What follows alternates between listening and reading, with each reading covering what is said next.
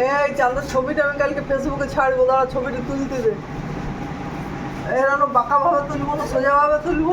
ইল্লু guys, তো সেদিন যে চন্দ্রগ্রহণ ছিল সেটা তো তোমরা আমার মাতাশ্রীর কথা শুনে বুঝতেই পারলে। বাট চন্দ্রগ্রহণ না দেখেই আমি ফ্যান না চালিয়ে ঘুমিয়ে পড়েছিলাম, আর তার ফলস্বরূপ হলো এই ঘাম। তারপর আবার রাত 3টের সময় ঘুম থেকে উঠে আমি এক কাণ্ড ঘটিয়ে ফেলেছি। এই যে দেখতে পাচ্ছ আয়না, এটা কিন্তু আমিই ভেঙেছি।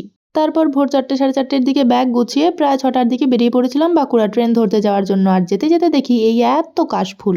তারপর স্টেশনের পিছন দিক দিয়ে ঢুকে ট্রেন লাইন ক্রস করে তাড়াহুড়োর মধ্যে দিয়ে ট্রেন ধরতে যাওয়ার যে ব্যাপারটা, আরে সেটা ঘটিয়েছিলাম বলেই তো এত সুন্দর একটা ফুলের বাগান সাথে এত পদ্ম ফুল দেখতে পেয়েছিলাম। কি আর করা যায়, তারপর আর কোনো ভিডিও ক্লিপ নেওয়া হয়নি, কারণ আমার ফোনে স্টোরেজ ফুল হয়ে গিয়েছিল। লজে পৌঁছে বিকেলের দিকে ছাদে উঠতেই দেখি এইরকম ঘুরে উঠছে, তার সাথে এই এত সুন্দর একটা মেঘের দৃশ্য।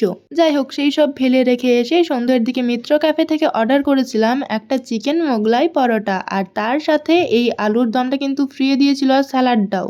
একটা পরোটাকে এইভাবে 4 পিস করে কেটে দিয়েছিল। কলকাতার পরের দিনের ভিডিওটা আসছে নেক্সট ভিডিওতে, সাবস্ক্রাইব করো তার জন্য।